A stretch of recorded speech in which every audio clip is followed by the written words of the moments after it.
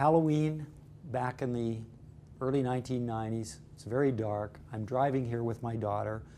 All the other students want to be out eating candy and getting candy. I'm listening to the radio. Scud missiles are hitting Israel.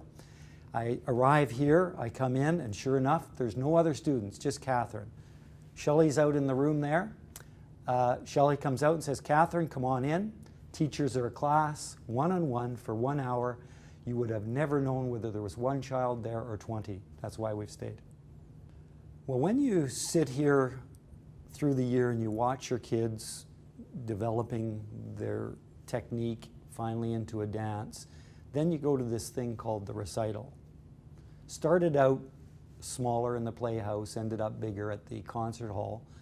Because I have 3 kids, we had to go to all 3 performances. So you saw about 9 hours of young people non-stop dancing, musical theater, tap, ballet. Then you go home, and I sat back and I just was kind of overwhelmed by this year by year by year. And I wondered, what does this mean? How does she get these kids who otherwise would be dealing drugs on the street, causing chaos in their parents' houses, and they go and put on 9 hours of non-stop entertainment? So it seems to me something else was going on here besides just having fun at the dance studio. So I tried to think about that in a more theoretical sense, and thank Shelley for what had taken these kids.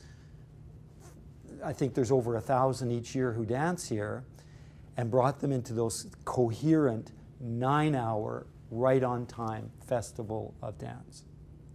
And that's what I tried to express to her each year in writing.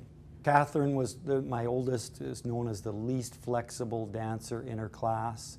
When they would sit on the floor and try to bend forward, she would stay at right angles year after year after year. So it was interesting to watch her progress. She's a very hard worker, and see technique develop despite that obvious genetic handicap which I gave to her.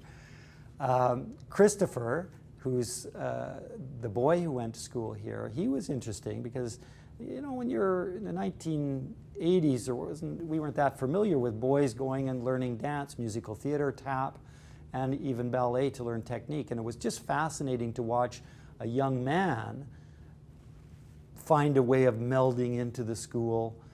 He did both classes, festival, and recital, loved it. I think that twigged his interest in the arts, and he went off to film school in Vancouver, and he's now one of the many thousands of unemployed filmmakers in Canada. So that's really neat.